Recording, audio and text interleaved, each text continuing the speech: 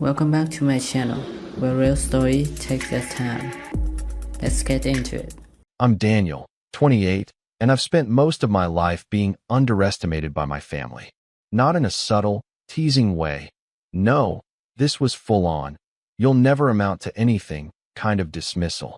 From the time I graduated high school to the first time I tried to start my own business, my brother, my parents, and even some distant relatives made it painfully clear that my ambitions were a joke. My brother, Marcus, especially loved to remind me of how responsible and successful he was, even when his version of success was mostly inherited money and connections my parents had set him up with. I, on the other hand, had nothing but my ideas, my work ethic, and a stubborn streak that refused to let their insults define me. It all started that day, at a gala my parents insisted we attend. I had just turned 28, and despite everything, I'd managed to scrape together a modest fortune from a startup I'd poured every ounce of energy into. Nothing flashy, no Lamborghini in the driveway, no sprawling mansion, but enough that I could finally walk into a room without feeling like I was drowning in the shadow of Marcus or my father's high expectations. My father, of course, didn't see it that way. He had spent the drive lecturing me about how practical choices were the only ones that mattered, how I should have a more stable job, and why risking everything on my business was a mistake. Marcus, as usual, treated me like I was a character in a comedy meant solely for his amusement. He had his usual smirk plastered across his face as we walked into the ballroom, all polished and smug in his tailored suit. "You really think that little app of yours is going to get you anywhere, Danny?" he sneered, nudging me with his elbow. "You'll never make something of yourself. I mean, really, why even bother trying?"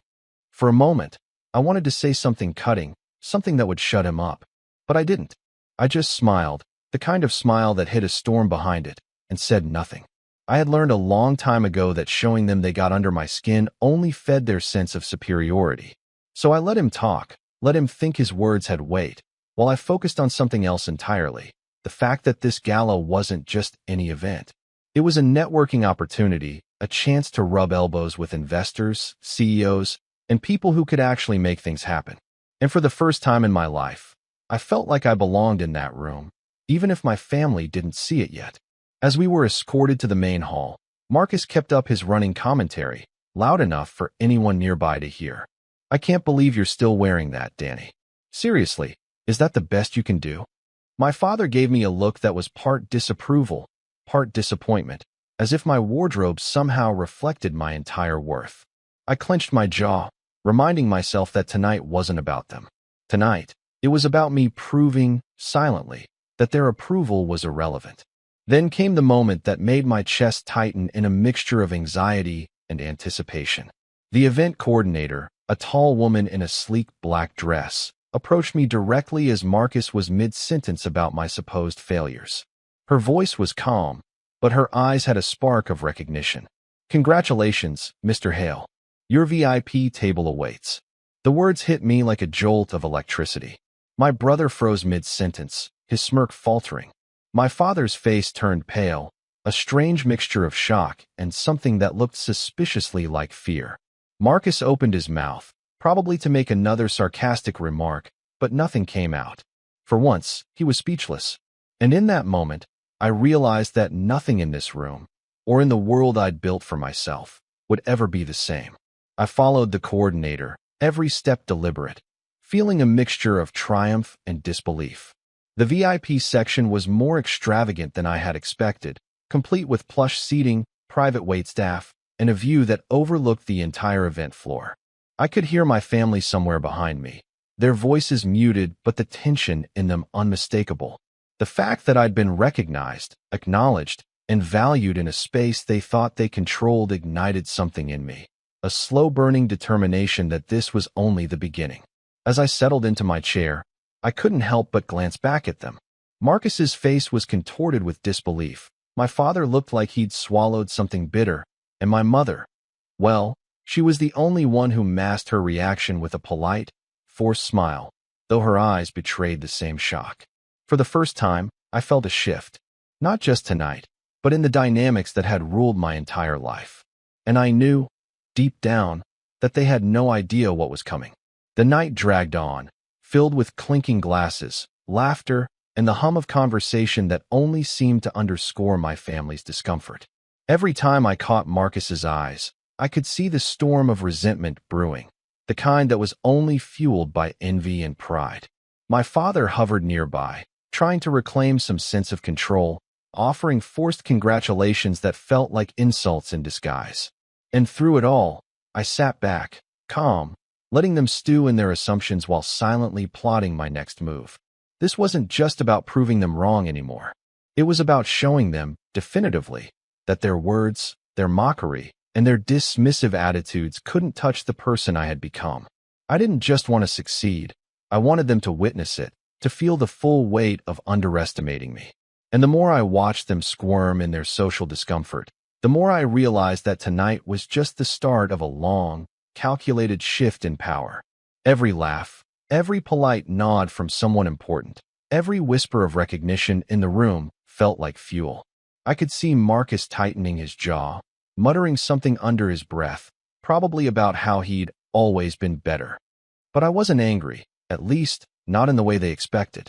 I was focused, patient, and for the first time, I understood that revenge didn't need to be loud or overt. Sometimes it was subtle, surgical, and infinitely more satisfying when it unfolded with precision. As the night went on, I sipped my drink, observing my family from a distance. I noticed the way Marcus tried to angle for attention, the way my father's smile never quite reached his eyes, and the way my mother kept glancing between us, caught somewhere between pride and disbelief. I could feel the tension crackling, a silent acknowledgement that the tables had turned, and I was the one in control. The first seed of my plan had been planted. I knew I couldn't rush it, couldn't let my emotions dictate the pace. This wasn't a one-night victory. It was a series of moves, carefully calculated, designed to unravel the arrogance and entitlement that had defined my family for decades. And as I looked back at them one last time before the coordinator led me to my private table, I felt a thrill I hadn't known in years, the sweet, intoxicating knowledge that for once, I was the one they couldn't touch, the one they couldn't predict, and the one who was quietly, steadily rewriting the story of my life. The next few weeks after that gala were surreal. On one hand, I felt unstoppable, like a man finally shedding the skin of doubt and ridicule my family had forced onto me for years. On the other, every interaction with my family seemed to grow more strained, more toxic, as if they sensed the shift in power but couldn't figure out how to counter it. Marcus, in particular, became unbearable. He had always had a talent for making my life miserable, but now it felt like he was doubling down with a sense of desperation. It started small, backhanded comments at family dinners, subtle digs at my accomplishments. "So, your little startup finally turned a profit?" he'd ask, his tone dripping with condescension. "I guess even a broken clock is right twice a day." My parents, who had once nodded along and even reinforced these comments, now seemed uncertain. My father's disapproval lingered in the air, like a shadow that was both familiar and frustratingly distant. My mother oscillated between polite smiles and quiet whispers of, "Daniel, maybe you should be more careful with your spending." But none of their words carried the same weight anymore, and I could feel it. I tried to keep my interactions civil, even cordial, but the tension was unavoidable. Every phone call home felt like walking a minefield. Every visit to their house was a delicate balance between staying calm and asserting my boundaries. I began to notice the favoritism in ways I hadn't seen before, or maybe I had just been too naive to acknowledge it. Marcus was always given the first choice of anything, the biggest slice of pie, the comfiest chair, the attention of my parents. Meanwhile, I was relegated to leftovers in every sense of the word, a secondary presence whose success was either minimized or twisted into a cautionary tale. Then came the day that changed everything. I had been invited to another high-profile networking event, one that was crucial for the next stage of my business. I was nervous, sure, but also confident. I had learned from my previous experiences that my family's opinions, though sharp, didn't define me. I prepared, polished, and made sure every detail was perfect. I even mentioned it casually during dinner the night before, hoping to gauge my family's reaction. Networking event. Marcus scoffed, flicking his hair back in that way he did when he thought he was clever. "You mean one of those get-rich-quick parties? Don't tell me you're planning to embarrass yourself again. My father, sighing, added, Daniel, you should focus on real work, not these frivolous social gatherings. I didn't respond. I'd learned that arguing was pointless. Words meant nothing when my achievements spoke louder than their insults ever could. But the seed of tension was planted. The next evening, I dressed carefully in a tailored suit, a subtle but undeniable upgrade from what I normally wore when visiting them. My portfolio was organized, my pitch rehearsed, and my confidence high. I told them I'd be back late and that I appreciated their support, which earned me the usual skeptical looks. I left without a word, determined not to let their negativity linger. At the event, everything seemed to click. I moved through the crowd with ease, conversed with investors and entrepreneurs, and even got invited to sit at a private roundtable that included some of the most influential figures in my industry. The coordinator who had recognized me at the previous gala smiled knowingly, and I felt that same thrill of quiet vindication. I wasn't just attending. I was being acknowledged, validated, and, most importantly, positioned. Meanwhile, I had no idea that back at my parents' house, Marcus had begun scheming. He called my father mid-evening, speaking in hushed tones that I would later learn were laced with exaggeration and outright lies. He painted a picture of me as reckless, irresponsible, and unworthy of the attention I had received.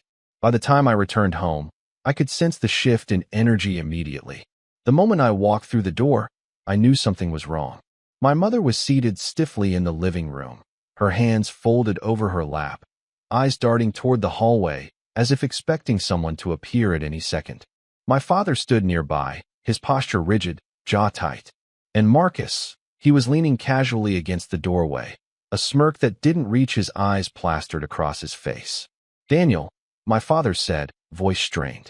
We need to talk. I frowned, setting my bag down carefully. About what? Marcus stepped forward, all charm and feigned concern. Dad thought you should know about some things that happened while you were out tonight. My heart sank.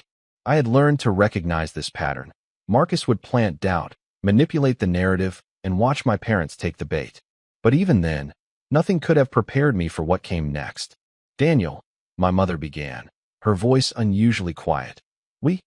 We found out that your startup has been, well, it's not exactly as you've told us. What do you mean? I asked, my voice tight but controlled. Marcus leaned in, eyes sparkling with triumph. Turns out, your investors are pulling out, Danny. Heard some rumors about mismanagement. You might want to be careful before you ruin your reputation further. I froze, my stomach dropping. 1,000 questions raced through my mind. Had something really gone wrong? Or was this another of Marcus's schemes? Before I could respond, my father interrupted, voice shaking. Daniel, we need to consider what this means. Maybe you should step back, rethink your plans. You've been so reckless. I could feel the familiar mix of anger and hurt building inside me. I had poured years into this business, sacrificed nights, weekends, and every ounce of energy I had. And here they were, once again, dismissing my work, buying into my brother's lies without even checking the facts. The betrayal cut deeper than I expected. I took a step back, breathing slowly, trying to calm the storm inside me. Wait, I said, voice steady. Are you saying you believe him? Without any proof. Marcus smirked, as if my disbelief was proof of my naivete. Come on, Danny. Even you have to admit things aren't exactly smooth sailing. Dad just wants to help you avoid a bigger mistake. I shook my head, fury simmering beneath the surface. Help me? By siding with the person who's been undermining me my entire life? My mother's expression faltered, and I caught a flicker of uncertainty in her eyes, but it was fleeting.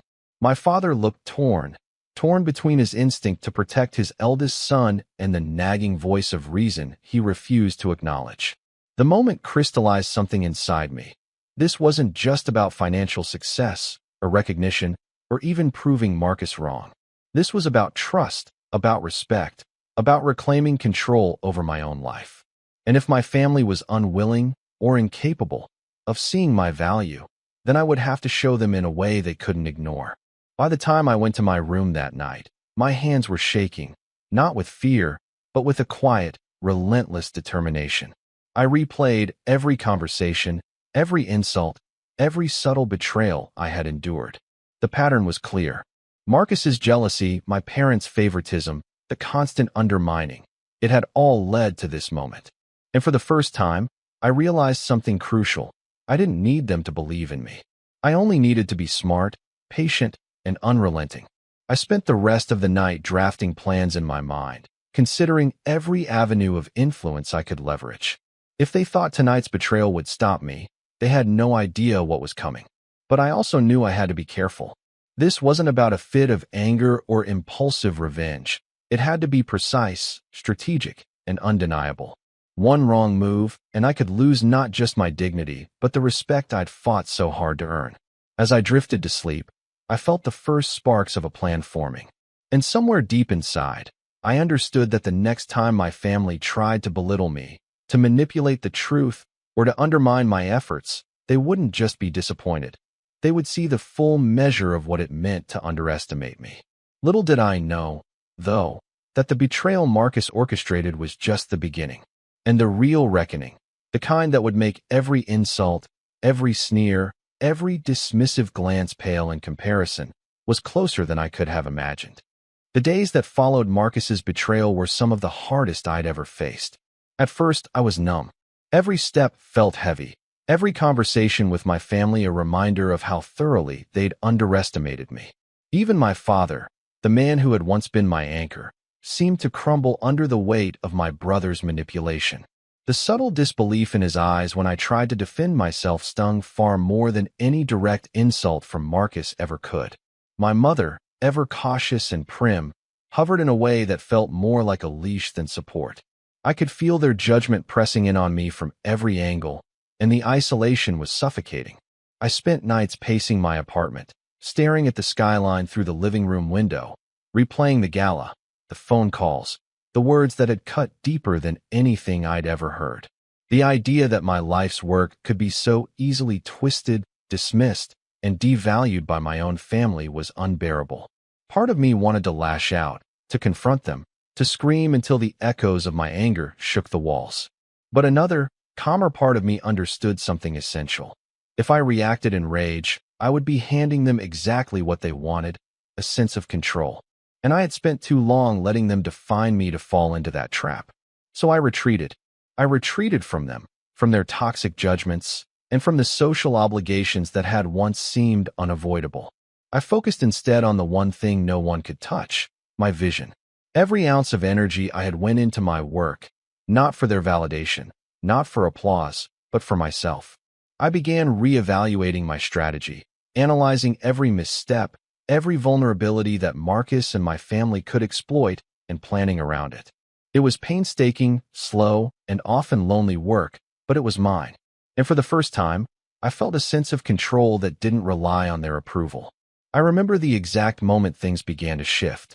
I was sitting in a small, dimly lit coffee shop, laptop open in front of me, reviewing projections that were far from perfect, but promising nonetheless. I had been poring over spreadsheets, market analyses, and potential partnerships for hours, and exhaustion was threatening to overwhelm me. And then my phone buzzed. It was an email from a potential investor I had met at one of the galas, the one who had quietly observed me the night Marcus and my parents had tried to undermine me. The subject line read, "Following up on your pitch. Let's schedule a meeting." I stared at it for a long moment, disbelief and hope warring inside me. Then, almost instinctively, I smiled, the kind of smile that hid a deep resolve. This was a crack in the storm my family had created. I didn't need to prove anything to Marcus or my parents anymore. The world was beginning to notice me in ways they couldn't ignore. The next few weeks became a blur of preparation and cautious optimism. I refined my pitch, anticipated every question, and polished every presentation. I didn't tell anyone, certainly not my family. I didn't need to. Letting them see my progress too soon would have given them time to interfere, to belittle, to twist the narrative before I could set it straight. This was a private campaign, my own quiet revolution. Meanwhile, Marcus's behavior became increasingly erratic.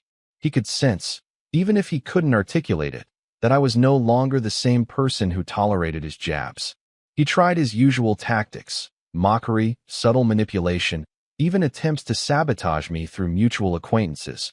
But I was prepared this time. I kept meticulous records, double-checked facts, and maintained a calm, almost impenetrable exterior. Each attempt he made to undermine me only fueled my determination. I wasn't just surviving anymore. I was adapting, evolving, and growing stronger. I started seeing results sooner than I expected. The first investor meeting went better than I could have imagined. They were impressed not only by my product, but by my clarity of vision and composure under pressure. The second meeting followed the same pattern, and soon, small offers began to trickle in, partnerships forming quietly behind the scenes. My confidence grew with each success, but I kept it hidden, like a fire smoldering beneath ash, waiting for the right moment to roar. The more I achieved, the more I realized something fundamental. Success wasn't just about money, prestige, or recognition. It was about reclaiming myself. Every early morning, every sleepless night, every calculated decision I made was a brick in the foundation of a person I was finally proud to be. And the irony was delicious. Marcus, who had once ridiculed every step I took, now existed in a world where he could no longer predict or control me. But even as I rebuilt my life and my confidence, the ache of betrayal lingered. I had trusted my family, believed in their guidance, and expected at least some acknowledgement of my effort. Instead, I had been blindsided, forced to confront not only their favoritism but the fact that they were actively working against me. It was a bitter pill, but it crystallized my understanding. If I wanted justice, not petty revenge, but real, undeniable vindication, I would have to orchestrate it carefully. Every move had to be deliberate, every victory calculated. Patience, I realized, was my greatest weapon. I began thinking strategically, mapping out a path that didn't just include rebuilding my business, but creating a scenario where my family's behavior would be exposed and powerless in the face of my success. I identified allies in ways I hadn't before, building relationships with people who appreciated talent, vision, and integrity, not social status or familial connections. Slowly, methodically, I surrounded myself with people who believed in me, whose support was genuine and whose influence could amplify the impact of my eventual return. And yet, despite all the forward motion, the old wounds remained. Every time I thought about Marcus, I felt a simmering mix of anger and disbelief.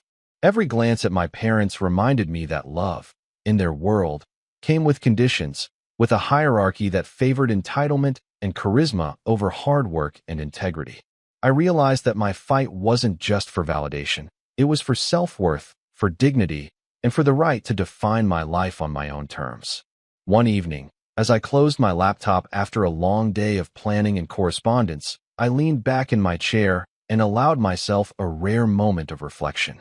I thought about that gala, the email that sparked a turnaround, and the weeks of quiet, almost invisible progress I had made. I realized that I had crossed an invisible line. The line between being the person my family underestimated and being the person they would someday regret underestimating. The difference was subtle but powerful. I no longer measured my value by their approval. I measured it by my own actions, my own accomplishments, and the integrity with which I built them. That night, I made a promise to myself. No matter what Marcus tried next, no matter how my parents attempted to reassert their influence, I would remain focused, patient, and strategic. I wasn't just rebuilding a business. I was rebuilding my life, my confidence, and my sense of justice. And when the time came, I would not just show them, they would feel it. Because in the quiet of my apartment, surrounded by spreadsheets, notes, and plans, I felt something I hadn't felt in years: control. For the first time, my family no longer held the strings. I did. And that knowledge, more than any investor, any deal, or any gala, was intoxicating. The rise, I realized, would be quiet at first, almost imperceptible, but it would be relentless. And when it reached its peak, my family, Marcus above all, would understand, in a way they could not ignore, the cost of underestimating me. Little did I know that the next phase of this journey would demand more than patience and planning. It would require exposing truths they had long buried, secrets they thought were safe, and weaknesses they believed invincible. And in that coming storm, everything would change, forever. By the time I entered the 4th month since Marcus's latest betrayal, my life had changed in ways that were subtle to the untrained eye, but seismic to me. Every day, I was building quietly, almost invisibly, a life that was wholly my own. My startup was no longer a fragile experiment. It was gaining traction, reputation, and real investors who saw the value in what I had created. Unlike before, every meeting, every handshake, and every contract was carefully documented, every move meticulously planned. I wasn't just surviving anymore. I was preparing. The more I succeeded, the more I realized just how much my family had underestimated me. Marcus, of course, continued to act like the self-appointed crown prince of our household. He flaunted temporary successes, flashy dinners, borrowed designer suits, and half-baked business schemes that fell apart the moment anyone examined them too closely. My parents, bless their obliviousness, praised him for small accomplishments as if they defined his worth, while still trying to dismiss mine. They didn't know it, but I had been quietly recording their words, actions, and manipulations for months. Every slight, every underhanded comment, every attempt to gaslight me had been logged, cataloged, and stored for later. I began to assemble a network of allies, though not in the dramatic, visible way Marcus had always imagined. These were people who valued talent, vision, and integrity, investors, business mentors, and even former competitors who respected my work. I didn't announce it, I didn't broadcast it. I just quietly nurtured these relationships, strengthening connections that would later amplify the impact of my eventual rise. In the meantime, I kept my personal victories modest in my family's eyes. Let them think I was struggling, that I was still the rejected son or a failed brother. It was a delicate dance, deception for the sake of strategy. Marcus, predictably, became more erratic. He noticed a shift in how people responded to me at events, how contacts who had once politely dismissed me now sought my attention, and how whispers of my progress had begun circulating. He tried to keep up appearances, boasting to my parents and friends about deals that didn't exist, name-dropping connections that were purely imaginary.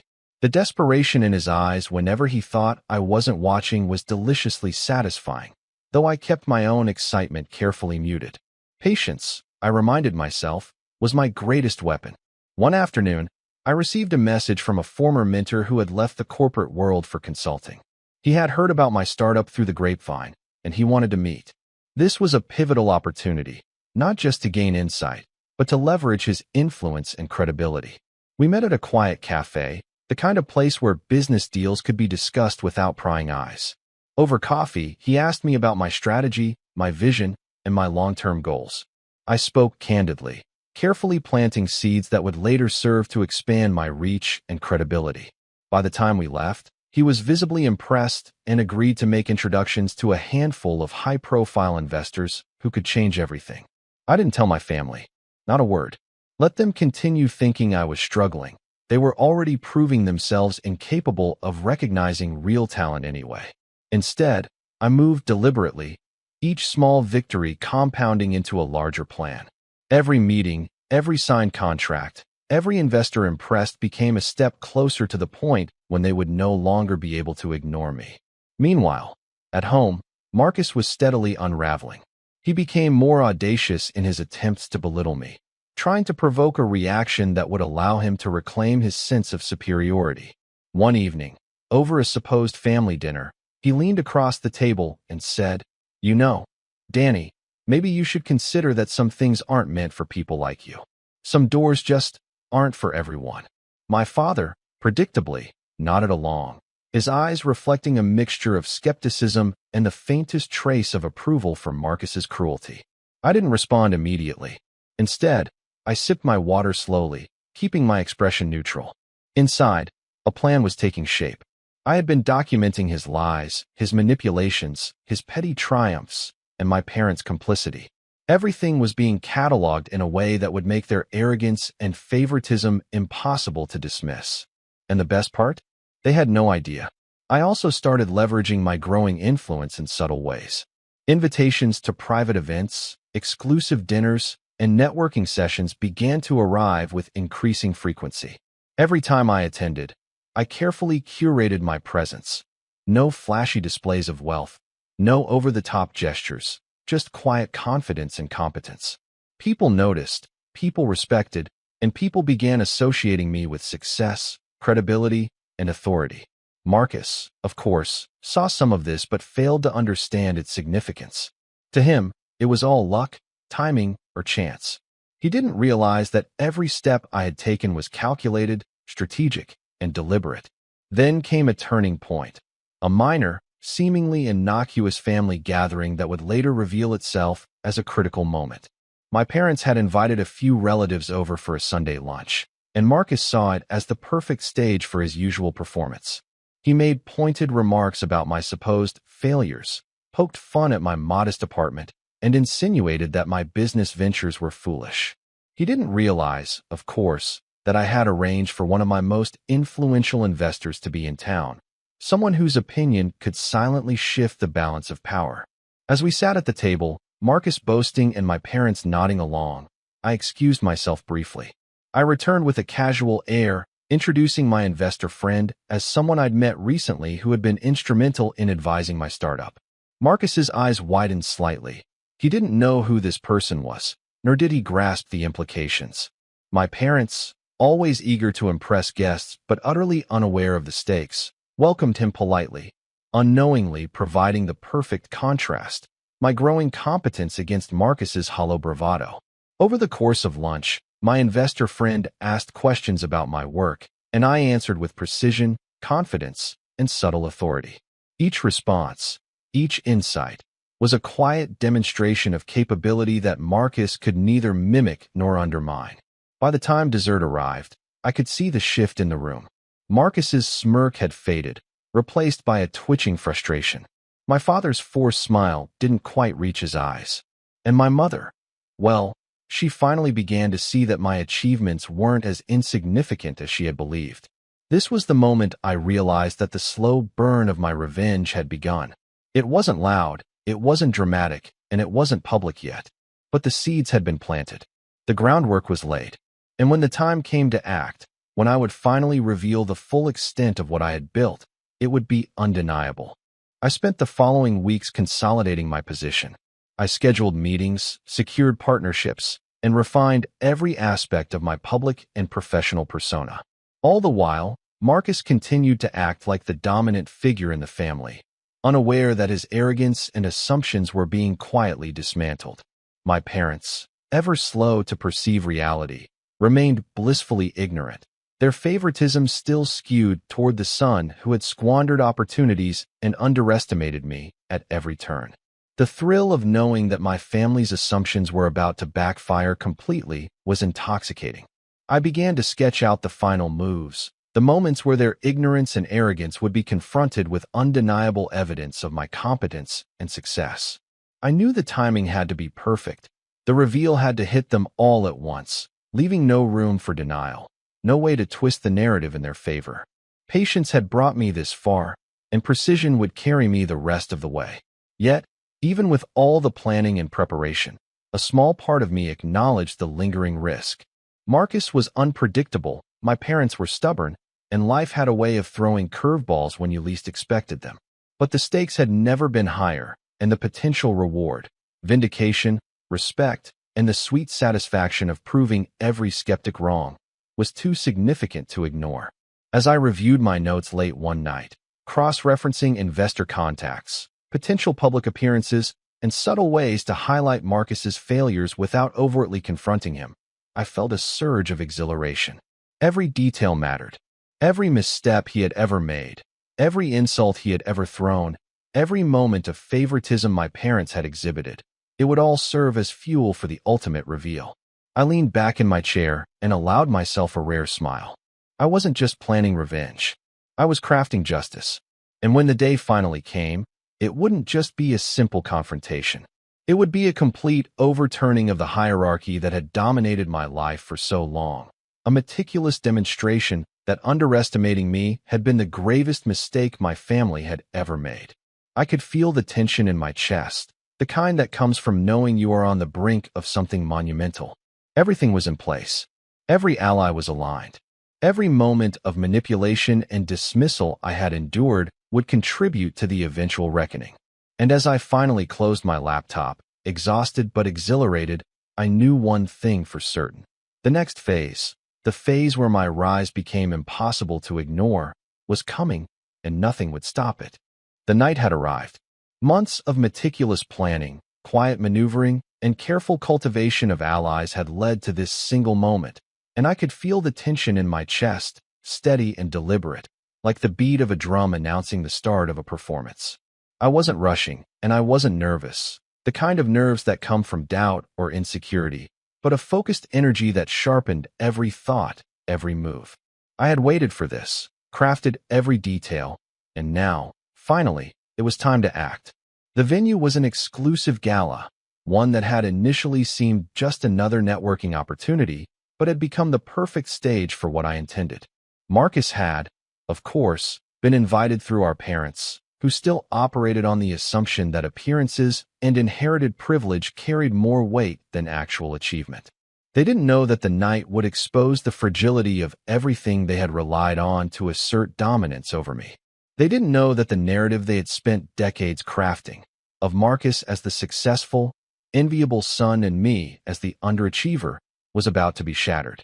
I arrived early, taking my time to walk through the space, observing the layout, noting exits, entrances, and the arrangement of tables.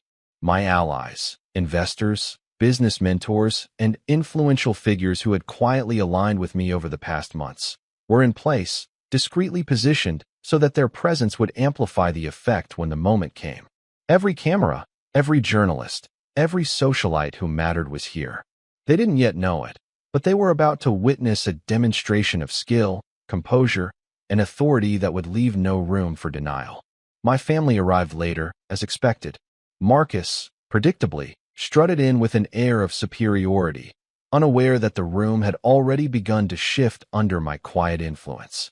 My parents followed, my father offering the usual strained smile, my mother carefully maintaining her composure.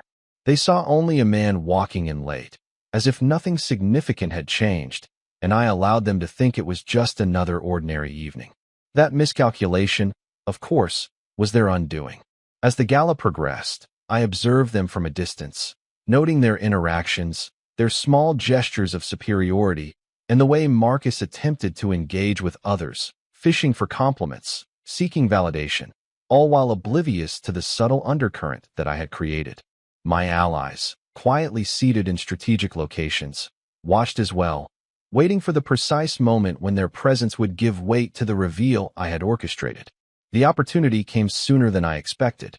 Marcus, ever eager to assert himself, had boasted loudly to a group of attendees about his business acumen and networking prowess, framing himself as the family's shining example.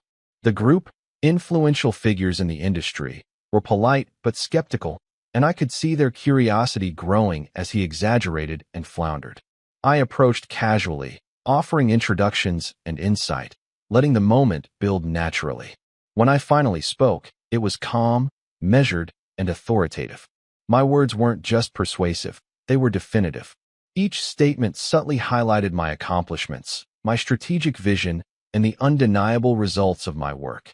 The contrast was stark, and it didn't go unnoticed. Marcus's smirk faltered. My father's jaw tightened. My mother's polite expression faltered, betraying a flicker of realization. And the room, already composed of influential observers, began to shift. Whispers started to circulate, attention turning naturally toward me as people recognized the depth of my knowledge, the clarity of my vision, and the impact of my work. I didn't need to boast. I didn't need to shout. The evidence was there, undeniable, and it spoke louder than any argument I could have made. Then came the private demonstration. My startup had recently developed a tool with substantial industry impact, one that had quietly gone under the radar of mainstream media but was recognized among insiders as revolutionary. I arranged for a live demonstration, a subtle but undeniable showcase of the product's capabilities. Marcus, oblivious, had bragged to everyone in attendance about his latest venture, expecting admiration. Instead, the demonstration, live, clear, and irrefutable, highlighted my achievements while simultaneously underscoring the lack of substance in his boasts. The contrast was devastating. By the time the demonstration concluded, Marcus was pale, stammering, and visibly flustered. My father, his composure shaken, attempted to intervene, trying to defend Marcus's reputation, but it was too late. The evidence was irrefutable. My work, my success, my strategic foresight, and my calm authority stood in stark contrast to Marcus's hollow gestures, empty claims, and obvious insecurities. The room, previously a stage for family appearances, had become a courtroom, and the verdict was undeniable. I watched, composed but internally satisfied, as my family struggled to maintain face. Marcus's attempts at deflection were clumsy, awkward, and only drew further attention to his failings. My father, always eager to project control, looked increasingly lost, grasping at illusions of authority that had long since slipped through his fingers. My mother, caught between pride and disbelief, could do little more than sit quietly, her carefully maintained facade cracking in the subtle but unmistakable realization that their assumptions about me had been catastrophically wrong. The whispers and glances among the attendees were unmistakable. People were discussing my achievements, my strategic mind, and the undeniable proof of my competence. Invitations for future collaboration were extended on the spot. Contacts I had cultivated over months of careful planning approached with offers I had only dreamed of. And through it all, my family realized they had been spectators to a transformation they hadn't anticipated and couldn't undo. I didn't gloat. I didn't need to. The power of the moment was in its quiet inevitability. The record of my preparation, the strength of my work, and the clarity of my execution spoke for themselves. I had not only succeeded in building a life that my family could no longer dismiss, but I had done so on my own terms, with precision, intelligence, and patience. Every slight, every insult, every bit of favoritism that had been leveled against me now fed the satisfaction of this triumph. Later, after the gala concluded, my family followed me out, still attempting to salvage some sense of dignity. Marcus's usual arrogance had been replaced by frustration and disbelief. My father tried, subtly, to engage me in private, his words stumbling, half-formed. My mother attempted to speak, but her voice carried the weight of belated realization rather than support. I listened, calmly, letting their attempts at reconciliation hang in the air. There was nothing to reconcile. I had already won, not just in their eyes, but in the larger world that mattered. In the quiet aftermath, as I walked to my car with my allies, I allowed myself a rare moment of reflection.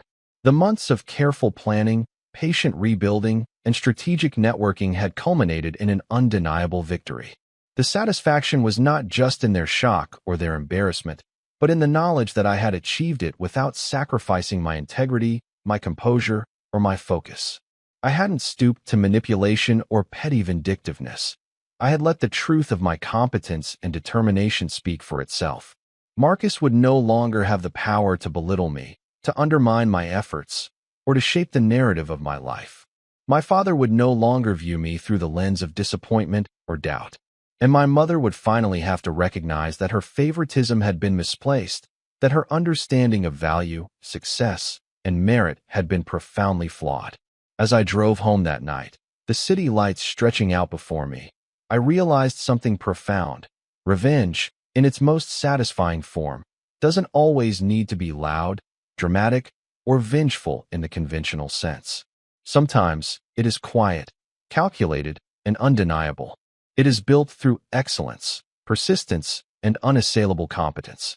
And in that quiet, meticulous execution, the impact is far more enduring than any shouted insult or impulsive confrontation could ever achieve. By the time I reached my apartment, I knew the final chapter had been written. My family's arrogance and underestimation had been dismantled not by anger, not by confrontation, but by the unassailable power of my success. Marcus would spend years recalibrating, attempting to reclaim some sense of superiority that had been irrevocably stripped away. My parents would carry the weight of belated realization and the knowledge that their judgment had failed them. And I, at last, could breathe freely, unburdened by the chains of expectation, ridicule, and favoritism that had plagued my life for so long. As I closed the door behind me, the silence of my apartment felt like a sanctuary. For the first time in decades, I allowed myself to smile fully, without restraint, without doubt. I had not only survived, I had risen. I had not only reclaimed my dignity, I had redefined it. And in that quiet, powerful moment, I understood something vital.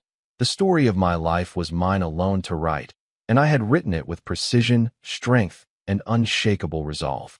The past, with all its mockery, favoritism, and betrayal, was no longer a shackle. It was merely the prelude to the triumph I had achieved on my own terms. And as I sank into the comfort of my chair, finally allowing myself to relax, I realized, with perfect clarity, that nothing and no one would ever be able to underestimate me again. I'm Aiden, 27, and if you'd asked me a few years ago whether I thought my family would ever abandon me in an emergency, I'd have said no. I grew up believing that, no matter what, family stuck together. It was something my mom drilled into me since I was a kid. Family comes first, she used to say like it was a sacred commandment. But somewhere along the line, I realized that what she really meant was her version of family comes first, the part that benefited her, my brother, and my sister. I was more like an accessory in the family photo, someone they pulled out when they needed something or when it made them look good. I never thought that realization would hit me hardest when I was lying alone in a hospital bed, watching the phone on my nightstand light up with nothing but bank notifications and a few automated texts from my pharmacy. No calls, no messages from them, just silence. For context, I'm the middle child. My older brother, Ethan, is 30 and my mom's pride and joy. He's the kind of person who can do no wrong in her eyes, the responsible one, the golden standard that everyone else is measured against. He's getting married soon, and you'd think he was marrying into royalty from the way my mom talks about it. My younger sister, Claire, is 23, still living at home, and somehow gets treated like she's made of glass. Me? I'm the one who moved out young, worked my way through college, and actually tried to build a life without leaning on them. That independence was both my greatest strength and, apparently, my biggest offense. Growing up, it was always small things. If I got an A, Ethan must have inspired me. If Ethan forgot to call Grandma, Mom would remind everyone how busy he was. But if I missed a Sunday dinner, I'd get the silent treatment for a week. I tried to ignore it for years, telling myself families were complicated and that maybe I was just sensitive. But small cracks add up over time. I started noticing how Mom's tone changed when she spoke to me. Short, clipped, always edged with disappointment, like I was failing some invisible test. 2 months ago, everything boiled over. I'd been working long hours at my job, project deadlines, no sleep, junk food, and stress piled up until my body finally gave out. One morning, I woke up on the kitchen floor, my head pounding and my vision spinning. The next thing I remember is waking up in the ER with an 4 in my arm and a nurse asking me who she should contact. I mumbled my mom's name, gave her the number, and drifted back to sleep. When I woke again, hours later, the nurse came back with this careful look on her face. "We tried calling your family," she said softly, but no one answered. At first, I made excuses for them. Maybe they were at work. Maybe they didn't recognize the number. Maybe they were busy. But when I finally got my phone and saw my mom's last message, a forwarded photo of Ethan's wedding invitations, I felt something inside me deflate.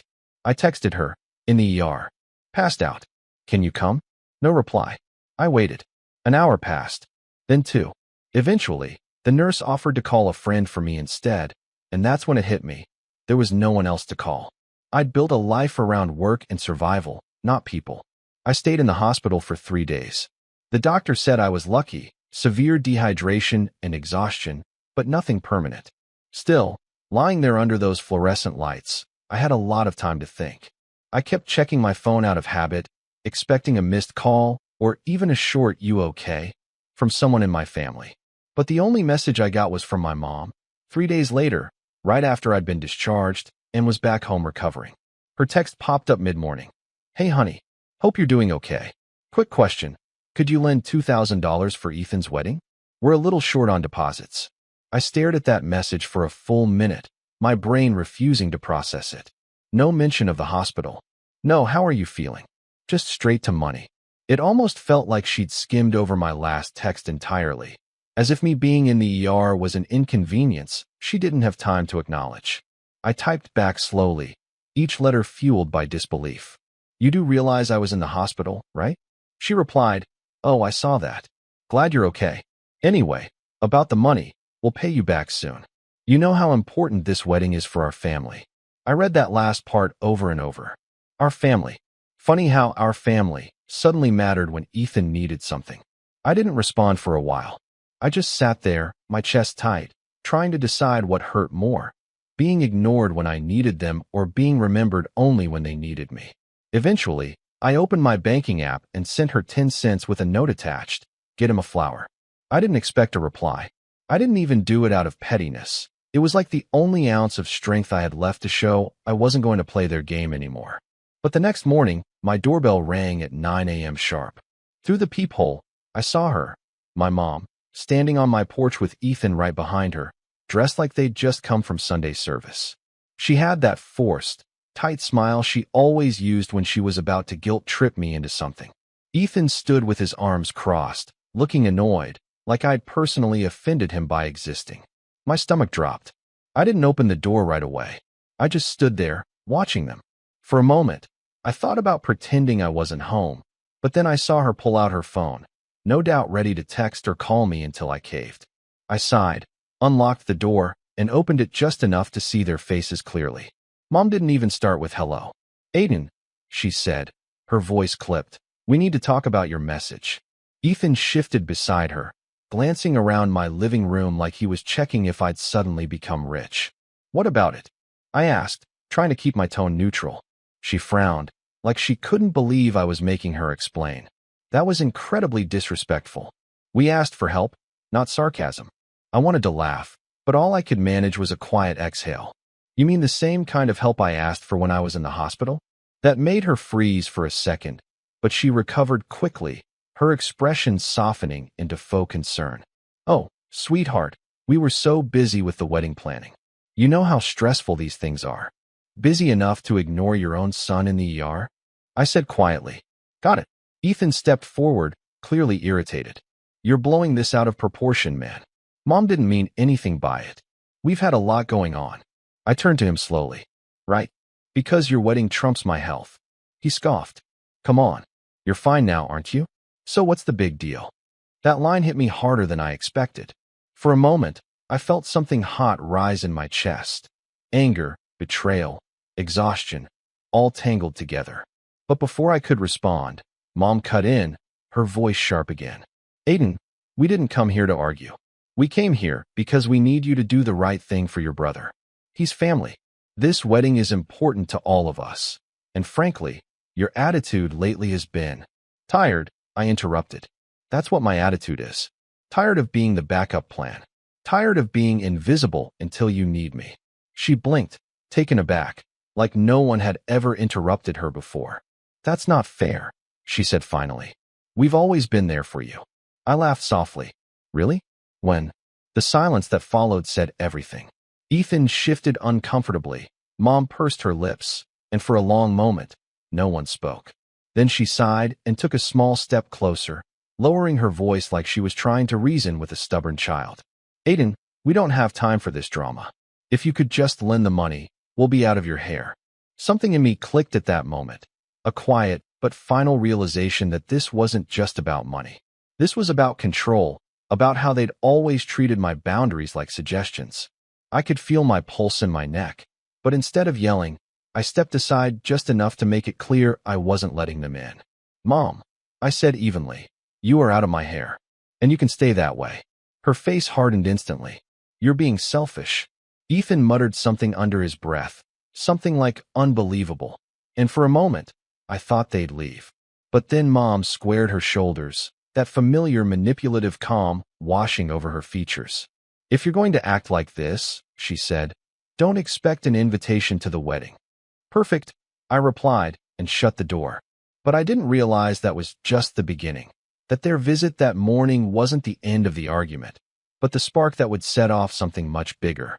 Because by that evening, I'd get another message, this time not asking, but demanding, and it would push everything past the point of no return. That night after they showed up at my door, I sat in my living room for hours, just staring at the wall. I couldn't shake off the look my mom gave me before I closed the door, that mix of disbelief and insult, like I had no right to stand up for myself. For most of my life, I'd been the one who gave in first, the one who smoothed things over. It didn't matter how wrong they were. I'd always be the one apologizing, just to keep the peace.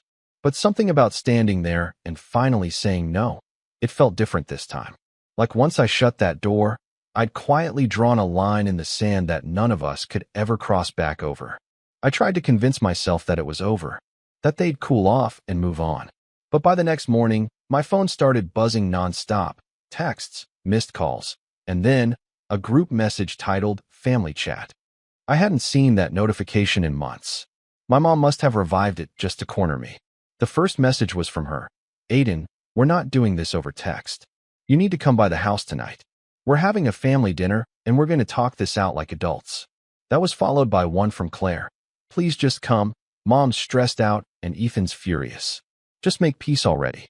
Then Ethan chimed in. You embarrassed Mom yesterday. You owe her an apology. Don't ruin this week too. I stared at that for a long time. The fact that I'd been the one abandoned in the ER 3 days earlier, and somehow I was the one expected to apologize, it said everything about where I stood in their hierarchy. For a few minutes, I typed out different responses, angry ones, sarcastic ones, honest ones, but deleted them all. Eventually, I just sent one word. No? Not long after that, I got a call from an unknown number. Against my better judgment, I answered. It was my aunt, my mom's sister, who lived a few towns over. She's always been the kind of person who loved being in everyone's business, but tried to disguise it as concern. Aiden, she started in that overly sympathetic tone. Your mom called me crying. What's going on with you two? She says you've turned your back on the family. I almost laughed. Turn my back? She ignored me when I was hospitalized, then showed up demanding money. I don't think I'm the problem here. She sighed dramatically. Honey, your mom's under a lot of pressure. Ethan's wedding has been a nightmare to plan. Maybe she just didn't realize how serious your situation was. She knew, I said flatly. I texted her from the hospital bed. There was a long pause before she spoke again. You know how your mom gets sometimes. Emotional things overwhelm her. That phrase, emotional things overwhelm her, was one I'd heard since childhood. It was their universal excuse for everything my mom ever did wrong. If she yelled, it was because she was overwhelmed. If she ignored me, she was protecting her peace. If she favored Ethan, it was just her way. I was tired of it. I'm done making excuses for her, I said quietly. And if she's crying, it's because she's not getting what she wants for once. My aunt's tone hardened. You sound just like your father before he left, she said, then quickly added, don't make the same mistake he did. That stung, not because she was right, but because she knew exactly how to hit below the belt. My dad left when I was 10. I barely remember their fights, but I do remember him sitting on the porch one night, his suitcase beside him, saying quietly, one day, you'll see what I mean. For years, my mom painted him as the villain who abandoned the family, and I believed her. But now, at 27, with her voice echoing through my head, I started to wonder if maybe he'd just run out of strength. After that call, I silenced my phone and tried to focus on work, but the guilt kept creeping in like a slow leak. By evening, I had 5 more missed calls, 2 from Mom, 3 from Claire. Then, just before midnight, another message came through. This one wasn't from my mom. It was from Ethan. You think you're teaching us a lesson, but you're just proving how selfish you've always been. I hope you know Mom's been paying for everything while you've been out there finding yourself. That hit a nerve. I'd been paying my own way since college, while Ethan lived rent-free at home until he was 28. The idea that I was selfish for not bailing them out, after being ignored in a hospital bed, felt like a punch to the gut. The next day, my boss pulled me aside after a meeting. You okay, Aiden? You've been distracted lately. I smiled politely and lied. Just family stuff. Because how do you even explain that the people who are supposed to love you the most treat you like a resource instead of a person? By Thursday, the situation had escalated. My sister showed up unannounced at my apartment during my lunch break. When I opened the door, she was holding a container of lasagna, my mom's old trick when she wanted to smooth things over. I'm not here to fight, Claire said quickly, stepping inside before I could even respond. Mom just wants everyone together again. You really hurt her, Aiden. I raised an eyebrow. Did she tell you why I sent her that message? She hesitated. She said you overreacted, that she didn't know how bad it was. She knew, I repeated. My voice cracked a little. She just didn't care enough to show up. Claire's expression softened, and for a moment, I thought maybe she'd understand. But then she said quietly, Mom said you do this sometimes. Make things bigger than they are. You have to stop holding grudges. That word, grudges, made something snap inside me. A grudge is when someone forgets your birthday. This is different, Claire. I was lying in a hospital bed wondering if anyone would even notice if I didn't wake up. She didn't reply. She just looked at me, eyes darting toward the floor, like she wanted to argue but didn't know how. I'm just saying, she whispered finally.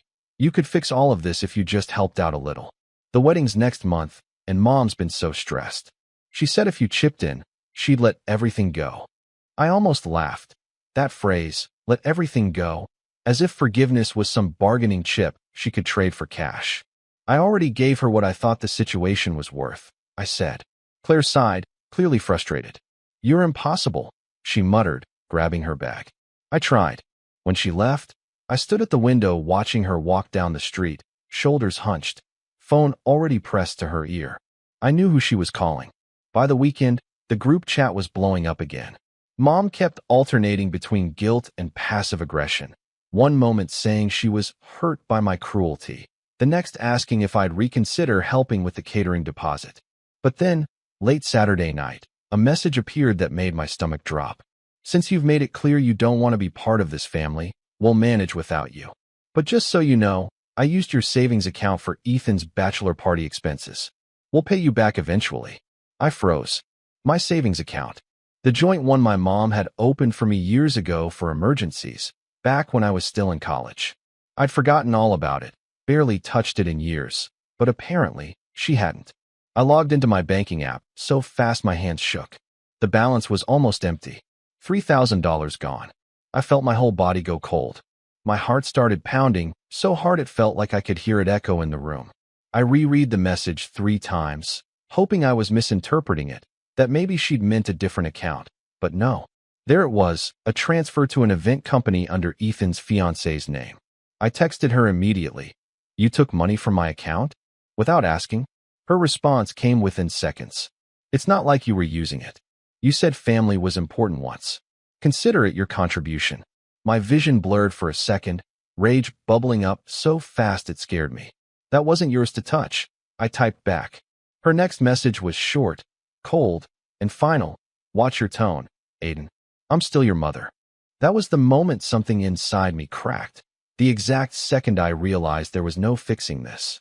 No amount of reasoning or calm explanations would make her see what she'd done. To her, this wasn't theft. It was entitlement. The same entitlement she'd been feeding off my entire life. I didn't reply. I just stared at the screen until my phone dimmed and went black. My mind was racing, trying to figure out what to do. I could call the bank, report it, maybe even press charges. But then I thought about the fallout, the endless drama, the guilt trips, the manipulation. And yet, something about letting it go felt worse. By morning, my decision was made. I called the bank, froze the account, and asked for an official statement showing the withdrawal. When the banker asked if I wanted to file a report, I hesitated for half a second before saying, yes. That single word set everything in motion. Within hours, my mom was blowing up my phone again. This time, her tone wasn't calm, it was furious. How dare you involve the bank? Do you have any idea what kind of embarrassment you're causing? You stole from me, I said quietly. I borrowed it, she snapped. You've always been so ungrateful. After everything I've done for you. I felt a strange calm settle over me as she ranted. Every accusation, every insult, it just rolled off me. I wasn't even angry anymore, I was done. When I hung up, I realized my hands were steady. For the first time, I didn't feel small or cornered. I felt free. But freedom comes with consequences. Because by the next evening, Ethan showed up at my door again, not to apologize, but to deliver a warning. And what he said next would take this family feud to a level I never saw coming. When Ethan showed up at my apartment that Sunday evening, I was sitting on the couch with a mug of cold tea, trying to calm down after 2 sleepless nights.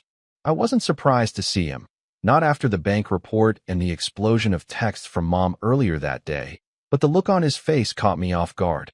He wasn't angry. Not exactly.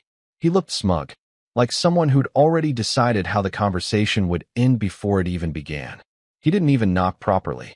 It was one of those short, impatient raps followed by him pushing the door open without waiting.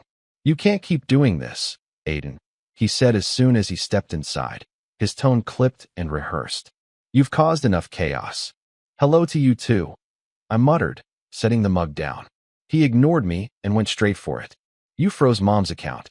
The bank called her about it. She's been crying all day. Do you have any idea what that did to her?" "I know exactly what she did to me," I said, standing up. "She took my money without asking." "That's theft, Ethan. Crying doesn't change that." Ethan scoffed. "She did it for the wedding.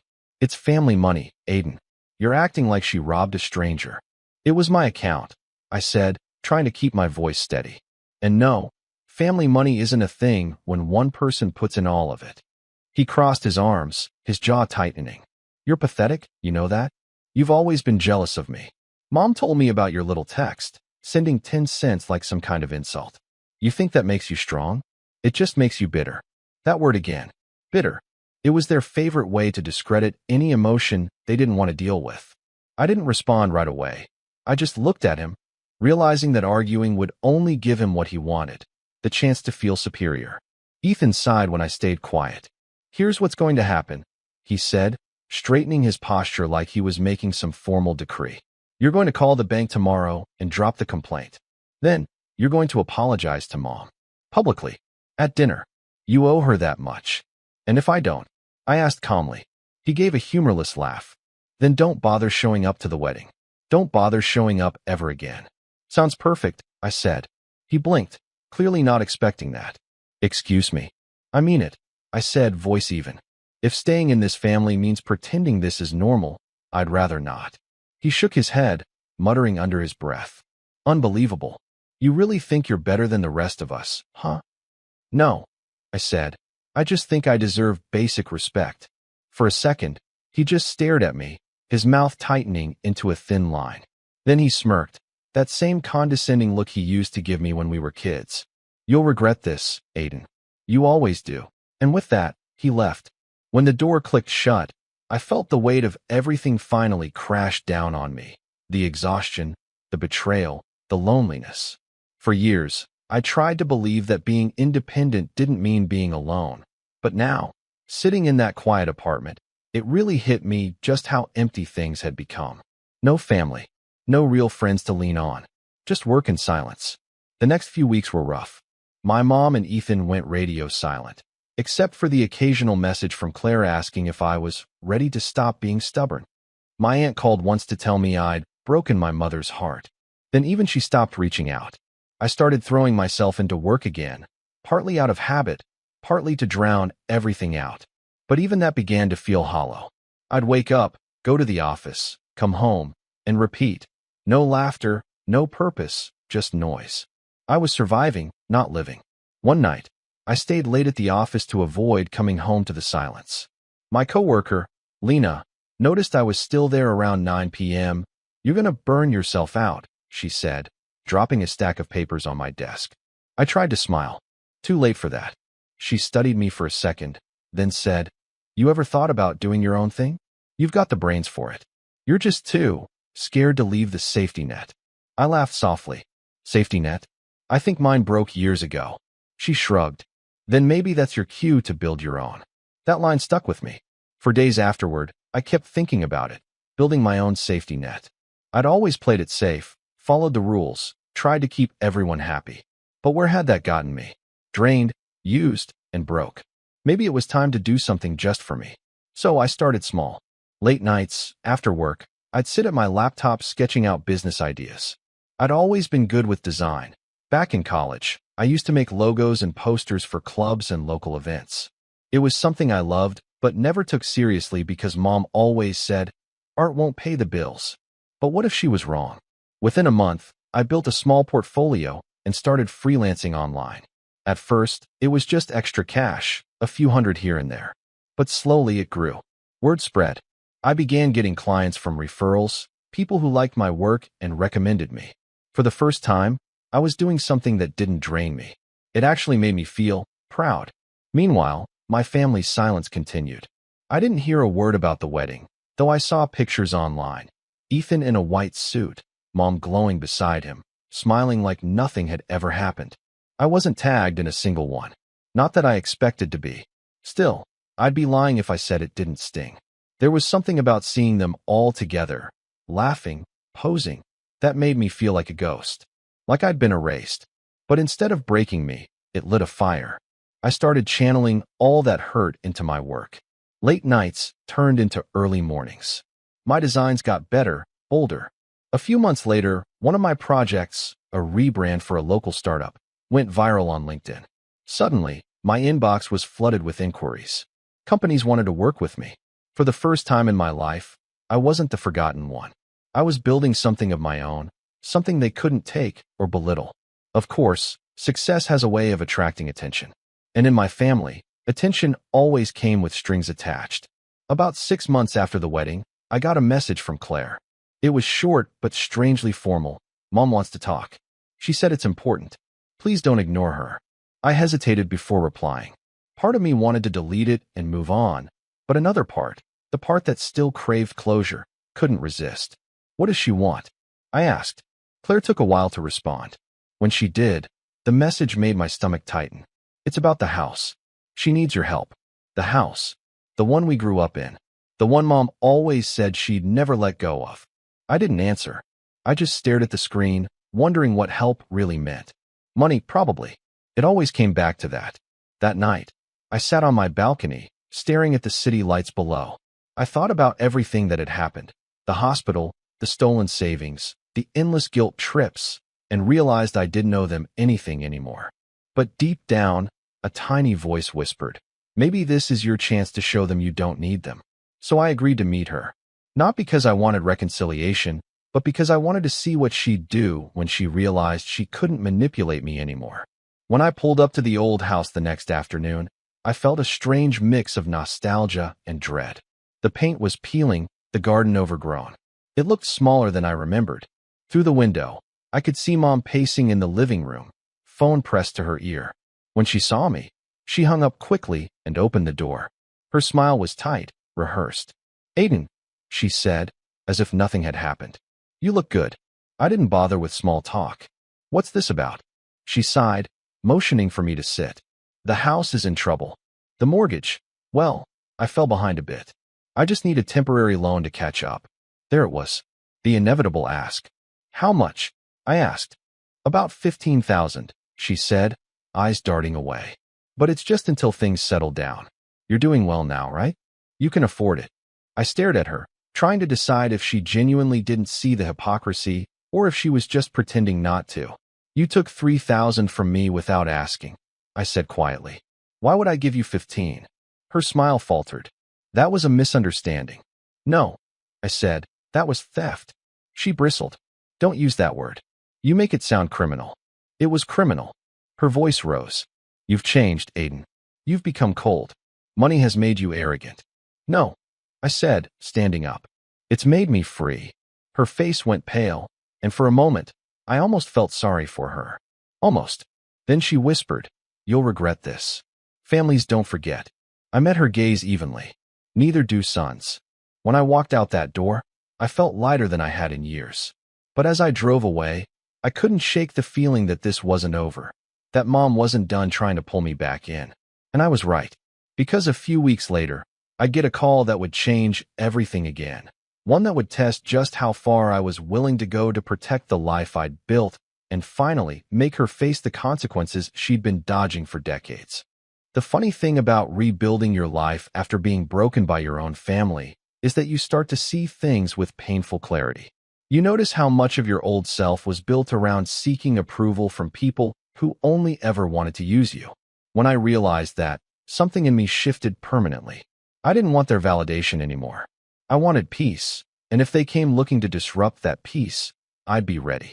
It took almost 2 years after that incident for me to feel like I was standing on solid ground again. During that time, I worked hard, harder than I ever had. I poured myself into my job at the mechanic shop, took online business courses, and used every extra hour to learn the ropes of running my own operation. I saved obsessively, lived simply, and stayed quiet. I didn't post updates on social media, didn't tell extended family what I was doing, and didn't reply to my mom's half-hearted attempts at checking in. They thought I was still the struggling son who couldn't say no, and that suited me perfectly. By year 3, I opened my own auto repair and customization garage, Aiden's Precision Works. It started small, just me and a part-time apprentice, but word spread fast. People loved honest pricing and solid work, and I treated every customer like gold. I worked 12-hour days, sometimes more, but it didn't feel exhausting. It felt purposeful. Slowly, the business grew, and with it, so did my sense of self-respect. Meanwhile, my family's situation was unraveling. I heard bits and pieces through mutual acquaintances. My brother, Ethan, had been fired from his job for unprofessional behavior, which probably meant he mouthed off to the wrong person. My mom had to start borrowing money from friends because the loan she co-signed for his business fell apart. I didn't gloat, though, not yet. I just filed those little details away like tools in a box, knowing someday they might be useful. Then came the moment everything shifted again. One afternoon, I was under a car finishing a brake replacement when I heard a familiar voice in the waiting area. My stomach twisted. It was my mom. I hadn't seen her in person since that day at my apartment 2 years earlier. I wiped my hands on a rag and stepped out to face her. She looked smaller somehow. Her hair was grayer, her clothes weren't as pristine as before, and there was a nervousness in her eyes that I'd never seen. "Aiden," she said softly, like she was trying to sound motherly again. "You look well." I crossed my arms. "What are you doing here, Mom?" "I just wanted to talk," she said. "It's been too long." "That was your choice." She sighed and glanced around the garage, pretending to admire the place. "You've done well for yourself. This is impressive. I'm proud of you." That word, proud, hit me like static. She used to reserve it only for Ethan. Hearing it now, after years of silence, felt hollow. "Cut to the point," I said flatly. She hesitated, twisting her fingers together. "It's your brother," she began, and my stomach dropped. "He's in trouble. His business collapsed completely, and they're facing eviction. He's been under so much stress, Aiden. You know how sensitive he is." I almost laughed. Sensitive? Ethan was a grown man who mocked me for needing rest when I was sick. "So what do you want from me?" "We need help. Financial help. Just until he gets back on his feet. You've always been so responsible." There it was, that familiar guilt hook, the one she'd used my whole life. I didn't take the bait. I simply said no. Her face felt like I'd slapped her. "Aiden, he's your brother." "Yeah, and when I was in the ER, he was nowhere to be found." "Funny how that works." She flinched, then tried to smile through it. "That was a misunderstanding." "Stop. You made your priorities clear years ago. I'm not your family bank." Her expression hardened instantly. "You're being cruel. Do you want your brother on the streets?" "I want him to face the same reality I had to face when you left me to handle everything alone." She stared at me for a long moment before her voice dropped to an icy whisper. "You've changed. This isn't who you are." "No," I said quietly. "It's exactly who I am. Just not the version of me you could control." She left with her jaw clenched and her pride bruised, and for the first time in my life, I didn't feel guilty afterward. I felt powerful. After that visit, I knew something was coming. My mom didn't take rejection lightly. Sure enough, a few weeks later, my aunt called me out of nowhere, playing the same card. "Aiden, honey, your mom's worried about Ethan. You know she's under pressure. Maybe you could help just this once." I didn't raise my voice or argue. I just told her, no means no. That seemed to spread like wildfire through the family grapevine, because soon I was getting texts from cousins I hadn't spoken to in years, all dripping with passive-aggressive pity. "Money changes people. You used to be so kind. Your mom did her best, Aiden." I ignored them all, but deep down, I started to wonder, how far would they go? I got my answer sooner than I thought. One evening, as I was closing the shop, a black SUV pulled into the parking lot. I recognized Ethan before he even got out. He was wearing expensive clothes that didn't fit the narrative of being broke. He swaggered toward me like he owned the place, a smirk playing on his lips. "So this is where you've been hiding," he said. "Nice little setup." I didn't respond. He looked around, pretending to be impressed. "You really think you're better than us now, huh? I think I'm doing fine without being treated like a doormat." He scoffed. "Mom said you refused to help. That's messed up, man. Helping is one thing. Being used is another. He stepped closer, lowering his voice. You're gonna regret saying no. Mom's been talking to Dad's side of the family. Everyone knows how selfish you've gotten. You think they'll still look at you the same once they hear you let your brother suffer? That's when it clicked. This wasn't just manipulation. It was a smear campaign. They were trying to turn everyone against me to corner me into submission. I smiled calmly and said, let them talk. His expression faltered. You don't even care what people think of you. Nope, I said, grabbing my keys. But you should care what I think of you. He frowned. What's that supposed to mean? You'll find out soon enough. He didn't know it, but that conversation was the moment I started planning everything. I'd spent years building not just a business, but connections, lawyers, accountants, even a few local reporters who came by for interviews about small business success stories. I had allies now. I had knowledge. And more importantly, I had leverage. If they wanted to play dirty, I'd show them what real consequences looked like. I started quietly gathering information. Remember that loan my mom co-signed for Ethan's failed business? I pulled the public records and found something interesting. She'd signed off using her house as collateral. Meaning, if the debt collectors came calling, she'd lose it. That alone could have been my revenge, but I didn't want to just sit back and watch them fall. I wanted them to understand what it felt like to be discarded, humiliated, and left behind. So I began crafting something meticulous, a plan that would unfold slowly, cleanly, and with maximum impact. It wasn't about money anymore. It was about control. The next time I saw my reflection in the shop window, I barely recognized myself. I looked calm, composed, and maybe even a little cold. But there was a fire behind my eyes, the kind that comes from surviving people who thought you'd never fight back. And when my mom sent me another text a few days later, we need to talk. It's important. I smiled. Because for the first time in my life, I wasn't walking into her games unprepared. I was setting the board. And this time, she wouldn't see the trap until it closed around her. When my mom texted, we need to talk. It's important. I knew exactly what was coming. Another plea disguised as concern. But this time, I didn't delete the message or ignore it. I invited her to meet me at the shop on Friday evening. I wanted this confrontation to happen on my turf, surrounded by everything I had built without her help.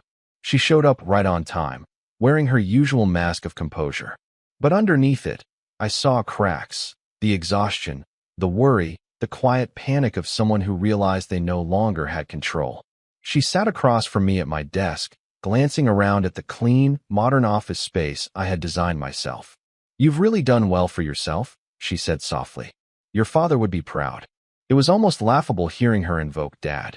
The same woman who threw his tools away after he died now wanted to use his memory like currency. Cut to the chase, I said calmly. What's important? Her lips pressed together. It's Ethan. He made some mistakes. That's one way to put it. He's in real trouble this time. His debts are being called in, and you're on the hook because you co-signed. I finished for her. Her eyes widened slightly. How do you know that? Public records, I said with a shrug. I like to know who's knocking on whose door. She looked thrown off, like she wasn't used to me being 2 steps ahead.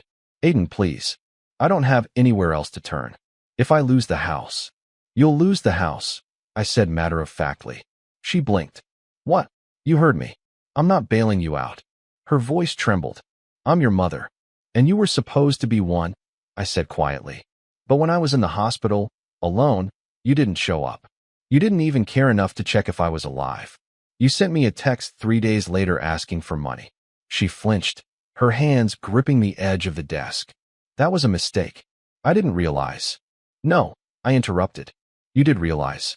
You just didn't care. You've always chosen Ethan over me. You made me feel like I had to earn love by being useful. But I'm done doing that. Her voice cracked as she said, Aiden, please. I'll lose everything. I stared at her for a long moment, then leaned forward. Funny. So did I. She broke then, really broke. Tears spilled over, her shoulders shaking. For a second, part of me almost softened. Almost. But then I remembered lying in that hospital bed, staring at the ceiling, waiting for someone who never came. I stood up and walked to the window, looking out at the sunset. You know, I said slowly, I could help you. Technically. She looked up with sudden hope. You could. I turned to face her, my voice calm but cold. I could buy the house outright before the debt collectors seize it. You'd have to sign it over to me, of course. Her expression faltered. What do you mean? I said evenly. I'll make sure you and Ethan don't end up on the streets. But you won't own that house anymore. I will. And when I'm done, you'll understand what it feels like to depend on someone who sees right through you. Her mouth fell open. You'd really take my home away from me? It's not your home anymore, I said. It's your consequence. I let that sink in. She didn't agree right away. Pride still clung to her like armor. But desperation has a way of softening even the cruelest egos. By the next week, she called to say she'd think about it. I made sure word got around, too. Quietly, through family channels, I let people know what was happening, not by telling them, but by letting them discover it. See, one thing I'd learned over the years is that humiliation spreads faster when you don't force it. I didn't have to badmouth them. I just let their actions speak for themselves. And soon, everyone in the family circle knew that the golden child Ethan had bankrupted their mother and that the selfish son she'd mocked was the one holding all the cards. It didn't take long for Ethan to show up again, this time looking more desperate than smug. He walked into the shop with dark circles under his eyes and an edge of panic in his voice. Mom says you're buying the house, he said. You can't do that. I set down the paperwork I'd been reviewing. I already did. His jaw tightened. You're taking advantage of her. Of us. Of you? That's rich, I said. You used her credit to fund your failed business. You put her at risk. I'm just cleaning up your mess. He slammed his hand on the desk. You think this makes you better than me? No, I said calmly. It makes me smarter. He glared at me for a long time, breathing hard, before finally spitting. You're dead to us. I smiled faintly. Good. Now I can finally live. He stormed out, slamming the door so hard that the glass rattled. I sat back in my chair, feeling lighter. Years of resentment and hurt didn't just disappear overnight, but for once, I felt like I'd regained something they stole long ago, my dignity. Over the next few weeks, I finalized the purchase. My mom and Ethan tried to delay it, but once the bank letters started coming, they didn't have a choice. They signed over the deed, and the house, the same one where I'd spent my childhood being belittled, was legally mine. I didn't throw them out immediately. I gave them 30 days to find somewhere else, out of respect for what little humanity I still had left. During that month, I visited once. The place was quieter than I remembered, stripped of its old grandeur. My mom sat on the couch, avoiding my eyes, while Ethan paced the hallway, muttering under his breath. Before I left, I looked around the living room, the same room where she once told me I wasn't as impressive as my brother. You know, I said softly, Dad built most of this furniture by hand. He would have wanted it to go to someone who valued hard work. She didn't respond. I nodded toward the tools in the garage. I'll be taking those. Her voice cracked. Why are you doing this? Because I needed to stop being the victim in your story, I said, and start being the author of mine. When the 30 days were up, they left. Quietly, without goodbyes. I didn't see them again for months. I renovated the house afterward, repainted the walls, fixed the leaks, tore down the old family photos that once hung like reminders of misplaced love. It wasn't about revenge anymore. It was about reclaiming something that had always been taken for granted, my space, my peace, my worth. But the real closure came later. A few months after they left, I got a call from a mutual acquaintance. Apparently, Ethan had tried to start another business under a fake name, using some shady tactics. It failed again, spectacularly. This time, no one bailed him out. Not even my mom. She'd moved into a small apartment and started working part-time, finally learning what independence felt like. I didn't smile when I heard it. I didn't celebrate. I just felt done. Then, one evening, I drove past their old neighborhood. My old house, now my house, stood there under a new light fixture, clean and simple. I parked for a moment, just staring at it. There was no anger left, no bitterness, only clarity.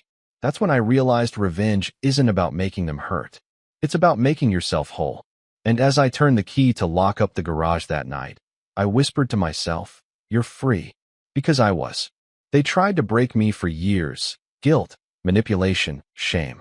But in the end, I rebuilt myself piece by piece until there was nothing left for them to control. And the best part? I didn't need to destroy them to win.